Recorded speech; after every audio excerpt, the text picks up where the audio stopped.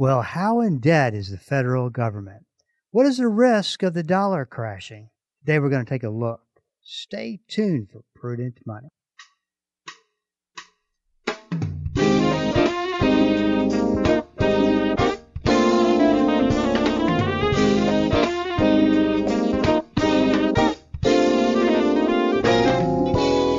Good afternoon. This is Bob Brooks, and you are listening to the Prudent Money Radio Show. Thanks so much for joining me today. You know I do appreciate it.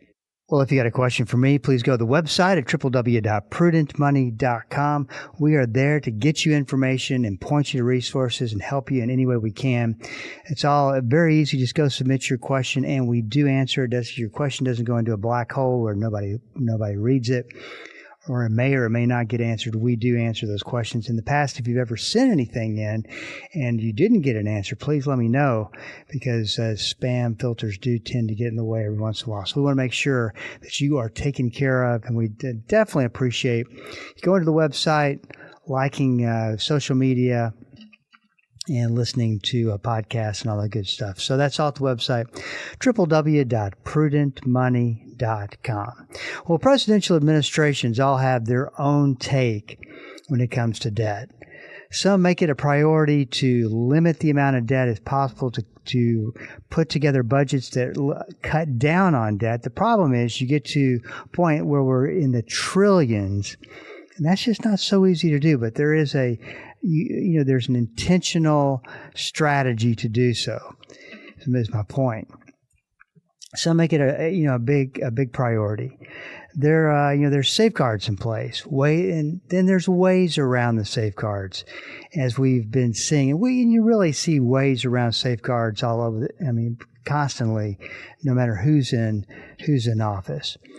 That's just the way politics go. Then there is the ballroom that the part of the White House, or the East Wing, I guess, was torn down, and this magnificent ballroom is going up.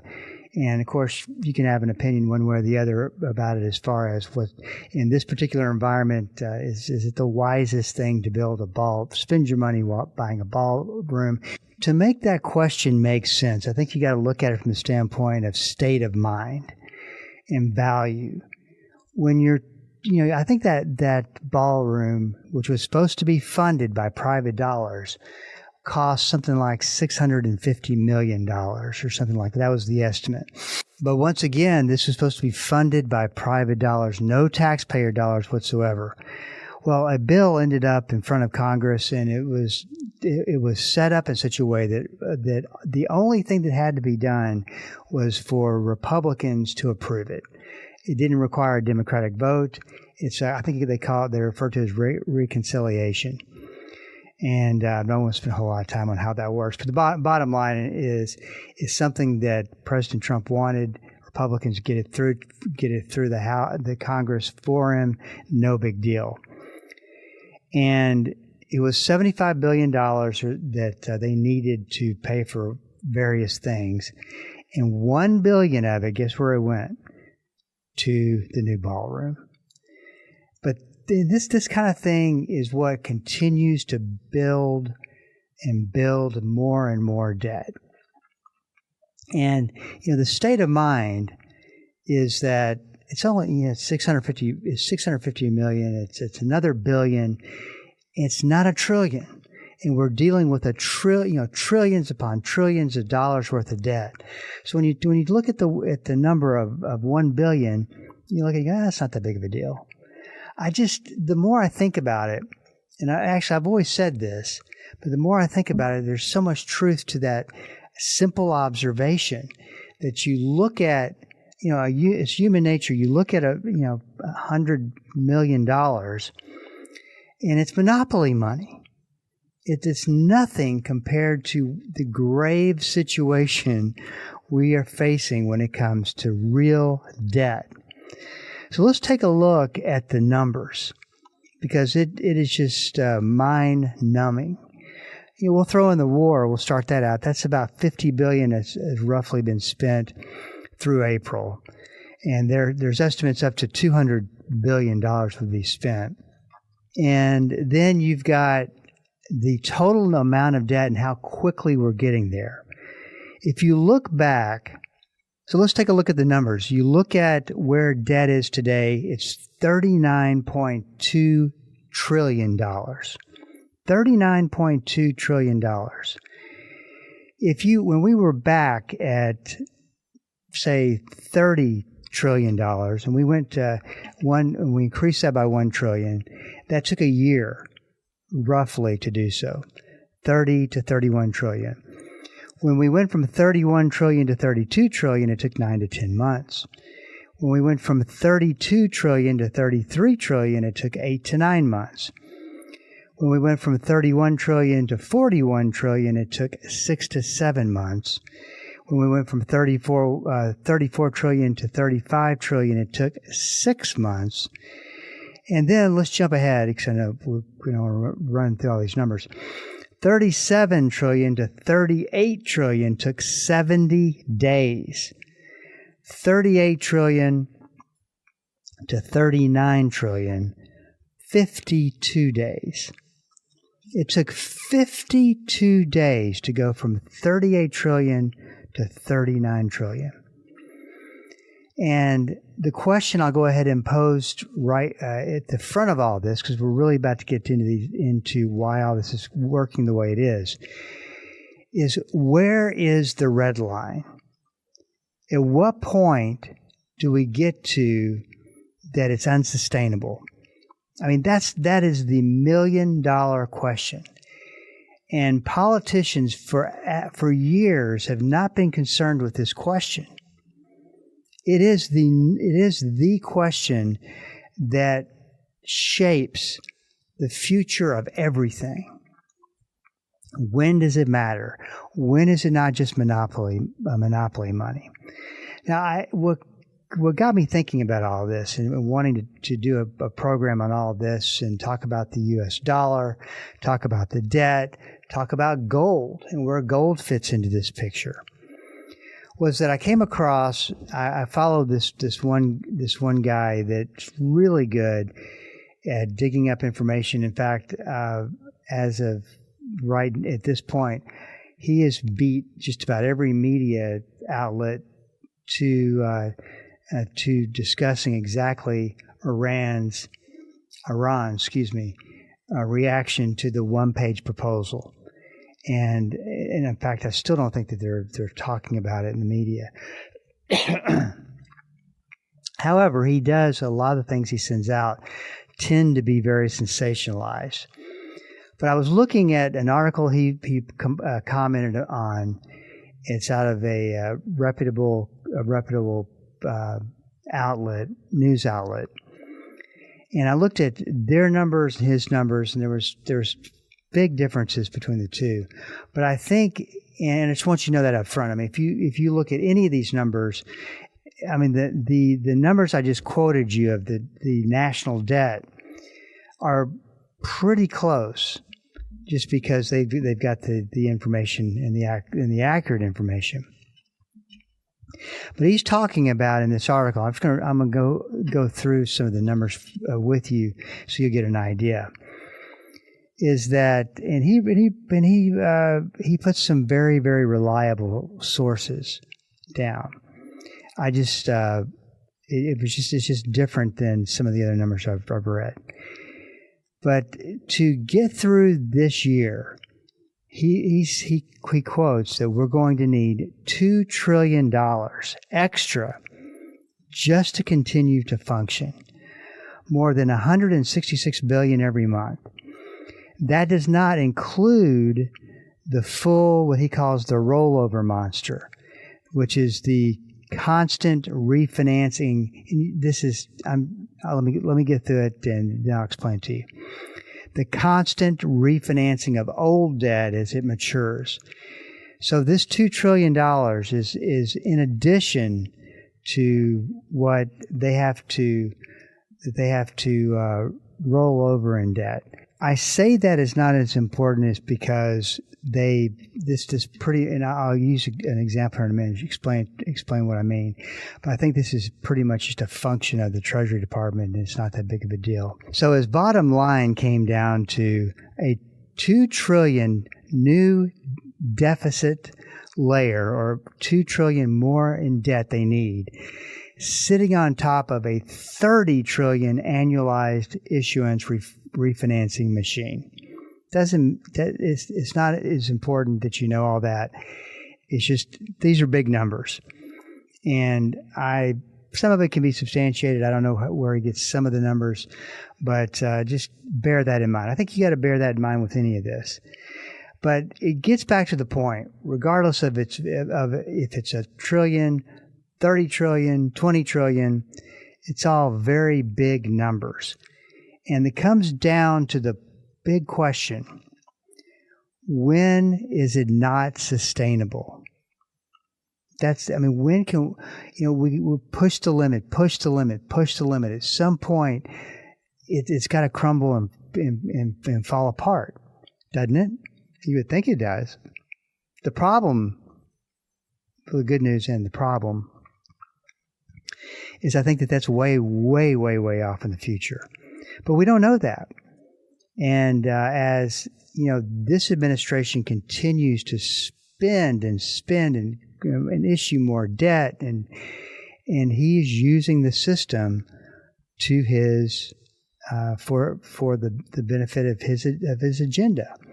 And it's not and I'm not trying not to make a good or bad.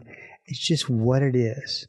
So please don't take it that way. But I never have wanted this to ever turn into any kind of a political thing. I'm just explaining to you the significance of the debt.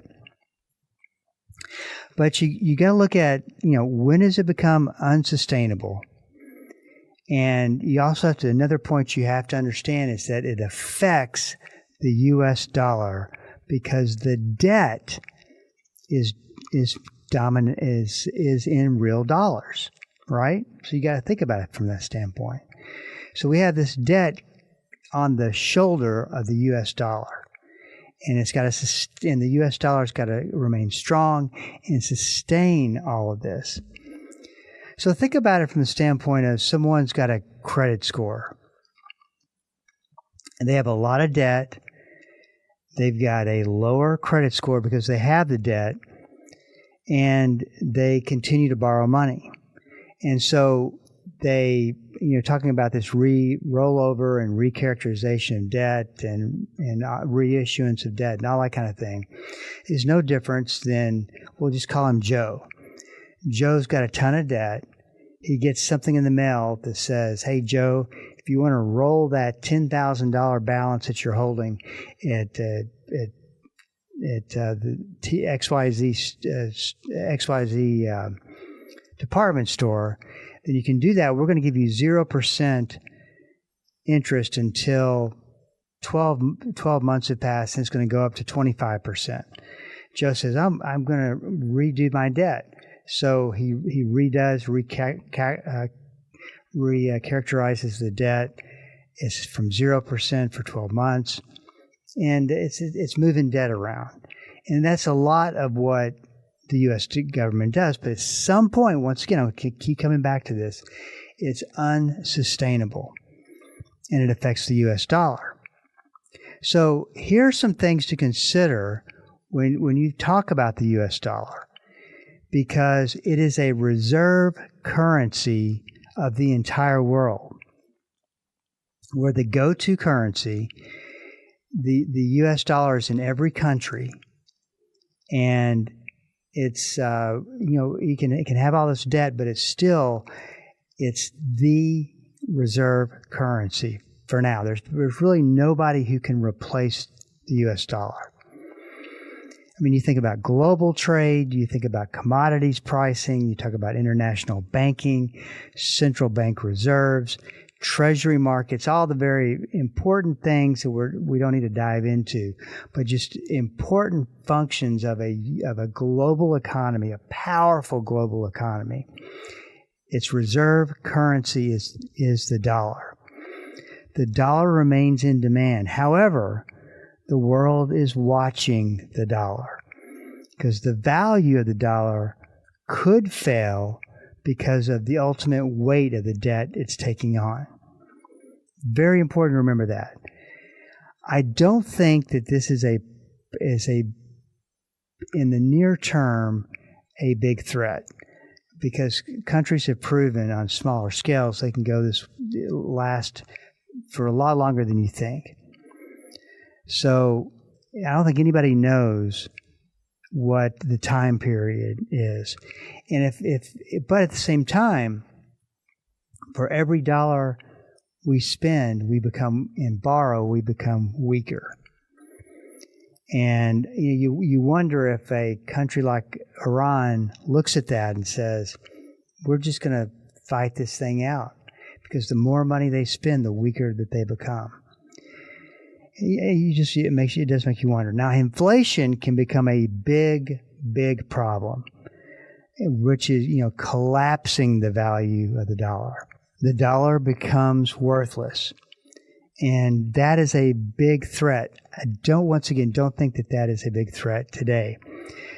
And this sounds totally doesn't make sense. But on the other side of the flip of the coin, all of this raises interest rates on our debt. Because if you think about it, if I'm going to loan the U.S. debt, if I'm a country, if I'm China, and I'm going to buy treasury bonds, which is no more than giving the U.S. money for a promise to pay it back and pay a certain interest rate, I'm going to want higher interest rates. So that's one of the pluses of this particular scenario, is that higher interest rates are a good thing for the dollar, and they strengthen the dollar and becomes more valuable. And so you've got some different things happening here. We saw this. We're seeing it now, as where there's certain areas of investment that are paying a higher interest rate, and of course, a year ago they were paying much higher because interest rates are higher. And if you want to buy government debt, you're going to the market's going to demand higher interest rates, and that continues to be a problem. But it comes down to the point: where do we hit that red line and maybe lose some of that reserve currency status? And that is the problem. Plus, you have to look at it from the standpoint of what, the treasury auction market is huge, basically where we print money, and where a lot of this money comes from that's issued in debt. And so there's a lot of intricate moving pieces here. Now, let's talk a little bit, once again, let's go back over. You've got more debt can weaken confidence in the dollar over time. And I still think that this is way out in the future. I could be wrong, but I still think it is. But high treasury yields, which would follow the pathway of high interest rates, can also strengthen the dollar. Whereas there's more of a demand for the dollar to invest into bonds, let's say, that are paying higher interest rates. Annuities that are paying higher interest rates. But there is one reason the dollar has remained relatively strong, even while debt explodes higher.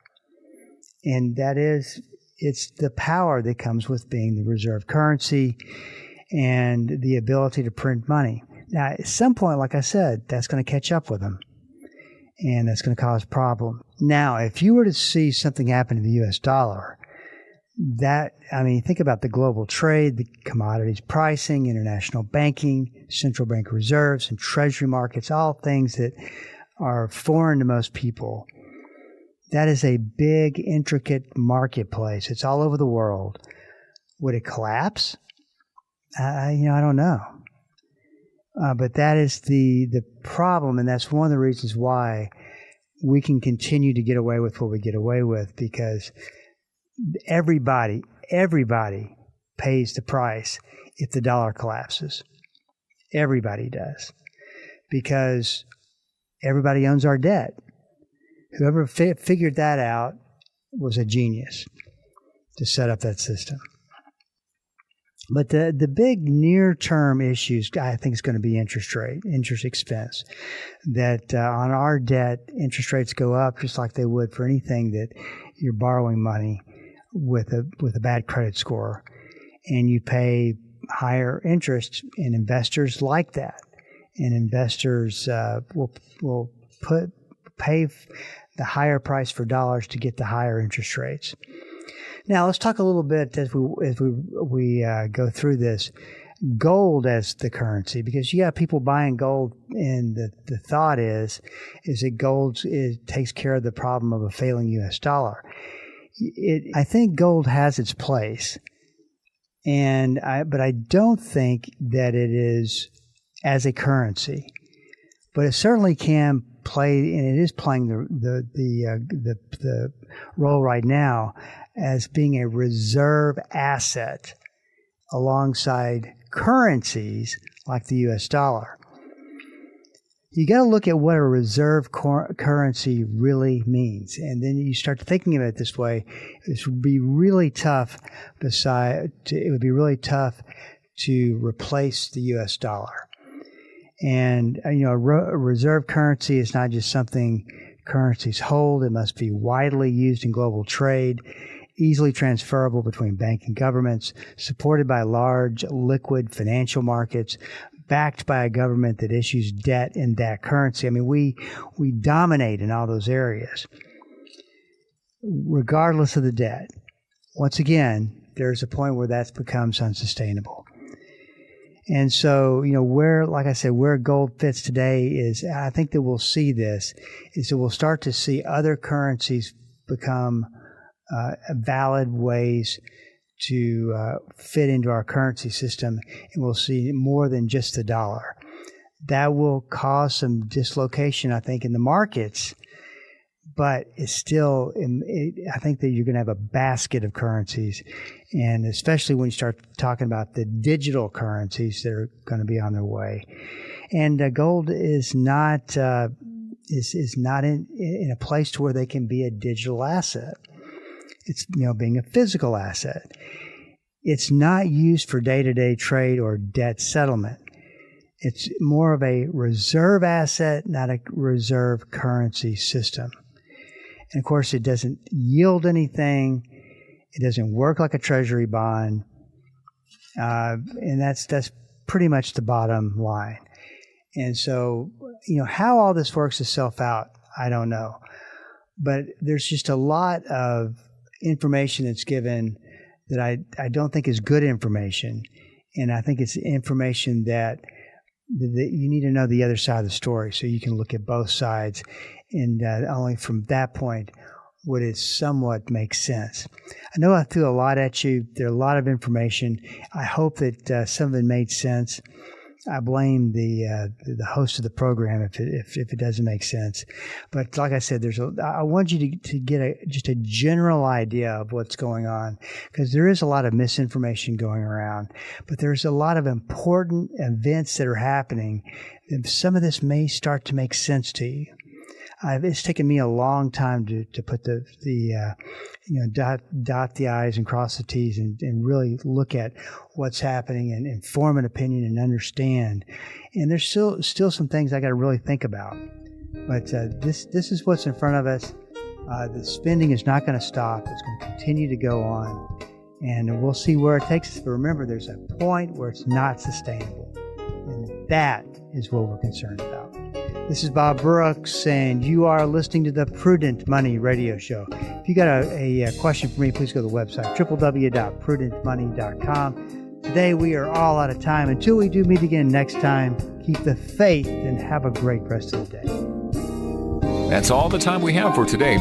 Questions or comments for Bob, or to find out more great information like what you've just heard, visit www.prudentmoney.com. Be sure to join Bob Brooks again for the next edition of Prudent Money.